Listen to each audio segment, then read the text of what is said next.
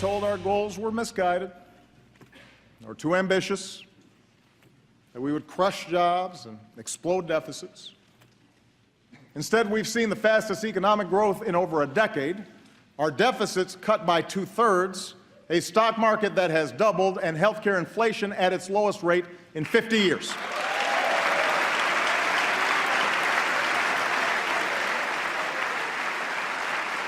This is good news, people.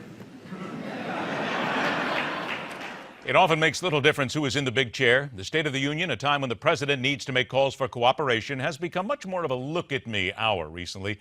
And that means we are still at the point of wondering, as a nation, what is being done to get both sides working together to solve serious problems that either already exist or will hit us in the face sooner rather than later. So let's welcome to Midpoint the former chairman of the Republican National Committee, now the founding chairman of American Crossroads. Mike Duncan joins us. Mike, thanks so much for being here today. Happy to be with you. Thank you. Mike, let's look at what the president said last night. How much did he get right? How much did he get wrong? Because it certainly seems as if he took responsibility and credit for just about everything. Well, I was disappointed. I think the president has a great opportunity because we have divided government and we're in the seventh year of his 8 years. I think he has an opportunity to get a lot done. And I think he forfeited that last night with his veto threats, with the tone that he set forward. The Republicans have to come up with a plan to govern. They have to have regular order. They're going to have to get the bills out with the budget of the country. We're going to have to govern the United States. This is an opportunity for the president to come forward and talk about big ideas. Unfortunately, he didn't do that. In all honesty, though, Mike, would we really have expected anything else? Certainly seeing what the president has done, what he has said, and the arrogance that he has shown towards Republicans in the last couple of months, that he would come out and do anything different than what he did Tuesday night. Well, I think he could have done a lot. I think that there are areas that we have common ground. I think we could talk about tax reform. There are areas there, certainly profits made overseas by companies that could be brought back here. I think immigration is something that we should be talking about together. The president has a reputation of doing things alone, and he showed that last night. He's much more comfortable being an executive and doing things by fiat through regulation than he is persuading and bringing the Congress over, whether it's Republican congressmen or Democrat congressmen and women. A couple of moments ago, you used the phrase, a plan to govern. Mike, I ask you this because the American people want to know. Everybody who is unemployed or everybody who makes $1 million, they want to know what the Republicans are going to do. What is in that plan? What needs to be there specifically that will address the issues and get things moving?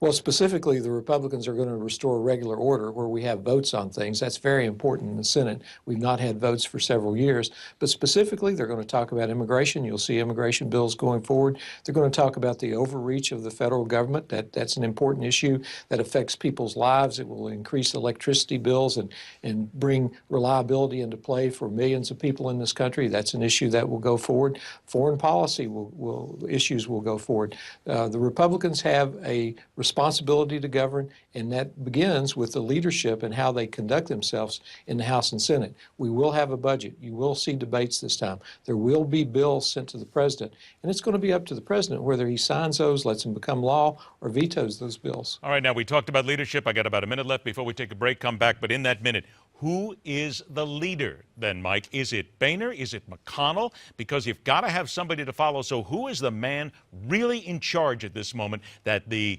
troops will follow?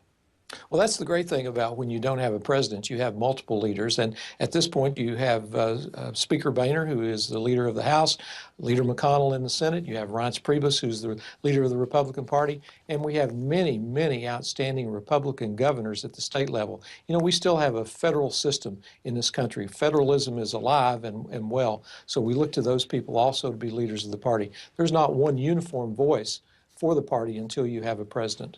30 seconds left here. Quick comment from you on this. How do the Republicans avoid being once again termed the party of no? Well, that's because they will have an agenda this time, and you're seeing that already. The issues that we're taking up, the American people believe in certain things. They want their economy better. The president talks about how great things are. Well, look at the participation rate in the workforce. That's not that great. Look at the income. That's not that great. People in America want the Keystone pipeline. That's been shown in the polls. It's been shown in the election in 2014. That will be sent to the president. He will have to decide, and then the Congress may override that veto if he decides to veto it. All right, please stand by. Mike Duncan returns on the other side of the break. We're going to turn to a specific point from the president's speech and something that often gets tossed aside in such discussions, the American energy discourse, and where this should be heading now and into the far future. It's coming up next and much more here on Midpoint.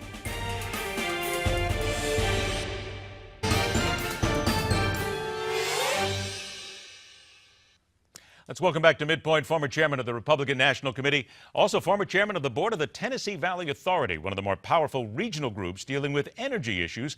Mike Duncan joins us on the show. Mike, let's talk a little bit about the energy issue here, which certainly didn't get a whole lot of attention out of the State of the Union. But here's something that caught me. The president said in his address, America is #1 in wind power. That's not really true because we're #1 or #2, depending on how you look at it here. And there's other people saying that, well, once again, the president sort of fudged some of the reality on our energy issues right now. Where are we right now, and where do we need to go? Where do the Republicans, you believe, need to take us in dealing with all of the various energy issues that we're now facing? I think the first thing we have to do is get Congress back into making energy policy. Today, the EPA is the gorilla in making energy policy in this country. It's not the Secretary of Energy. It's not the Congress of the United States. So the first thing is, let's have proposals. Let's have ideas. Let's do this in Congress because that connects better with the American people. Unfortunately, the president is much at ease with using the fiat of executive orders and having his administration through the EPA issue regulations, such as they did for new coal plants. They're looking at existing coal plants. They're looking at methane right now. They're looking at all fossil fuels to cut those back.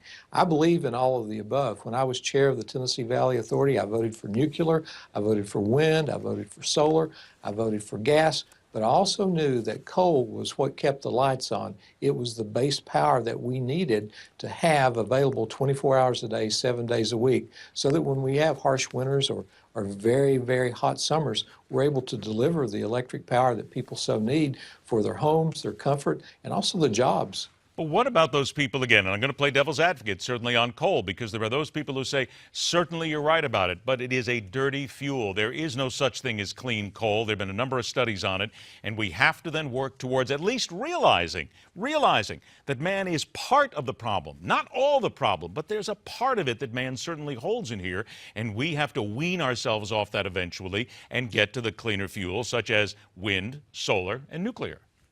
Well, I'm not going to agree that coal can't be burned cleanly because we have improved coal over the past 30 years. We've spent $127 billion as an industry.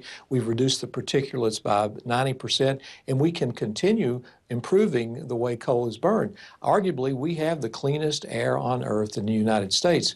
All you have to do is go to China and see where they don't have the scrubbers, they don't have the same technology, what the air looks like there. Unfortunately, the president has had a regulation through his EPA that's created a de facto ban on new plants so that we're not getting new technology. So even if you believe that the climate change is being caused by man and that we can do something about it quickly, and you got rid of every coal plant in the United States, it would not have a significant effect on the entire world. And the president's gone to China and tried to make a deal, and they said, well, we'll consider it in 2030. And third world countries are the same way. They need low-cost, reliable electricity to bring themselves out of poverty.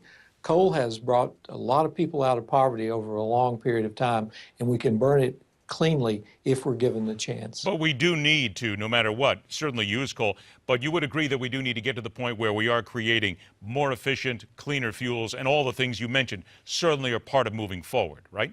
Absolutely, and energy efficiency is a big part of that. We can do better in energy efficiency in the country, and you saw the Portman bill that the president didn't mention last night that's being put out there for efficiency right now. We can get better at developing the batteries to use wind and solar power, but those aren't baseload electricities. And we have an abundant supply of coal in this country. We're the Saudi Arabia of coal. We have over a 300-year supply. It gives us a competitive advantage for manufacturing. It gives us a national security advantage. That, along with the gas and the oil that we have in this country, we can be energy independent, and we need to be. Mike, I got about a minute left here in a rare moment of consensus for the Senate. The Senate on Tuesday overwhelmingly approved an amendment to the Keystone Pipeline bill. It will improve energy efficiency in buildings. It was 91-5 on the lawmakers. Does this give you any sense of hope whatsoever? Certainly the president will veto this. He's already said that, but that something can be done to finally get Keystone taken care of and solved. Well, he didn't mention Keystone, and that disappointed me very much. When I talked about the Republican agenda and putting things forward, this is the kind of ideas that would not have had the light of day when Harry Reid was the leader of the United States Senate. Regular order means that we're going to be debating big issues in this country, and people benefit from that. Whether we are able to pass all those right now, we're preparing the future for the passage, and I applaud Senator Portman for his amendment. About 15 seconds here. Are you confident that the Republicans have the right leadership and the right people in place right now to push forward and get things done instead of bickering? Absolutely. I think Speaker Boehner is an experienced person in the House. He understands the House. He knows how to get things done. I think he wants to do big things for America.